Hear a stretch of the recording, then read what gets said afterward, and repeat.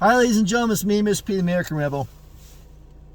Setting the record straight, letting you know what's going on, and because I've been watching the news, all different news sources, and I've seen the patterns, and then I'll let you know. So, ladies and gentlemen, this one's about, Joe Biden is a really bad president, and we all know he's been really bad. But the thing is, when the very fact is this: when Donald Trump was president, we didn't have to send too many troops out to other countries, did we?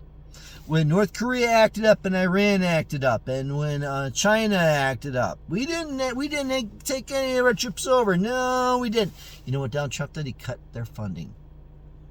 He put sanctions on them. He cut businesses on it. He did everything to cut their money.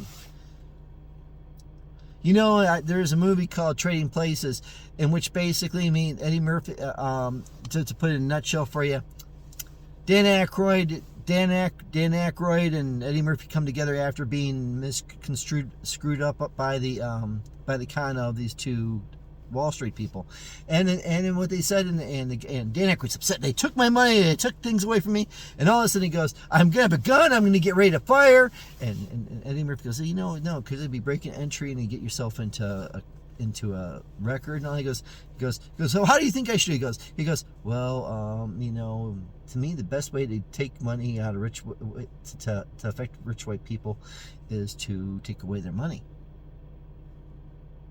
You didn't like it, did you? And so therefore, when Biden did it, when Trump did it, he took away the money from these governments, and therefore we didn't have to put troops in.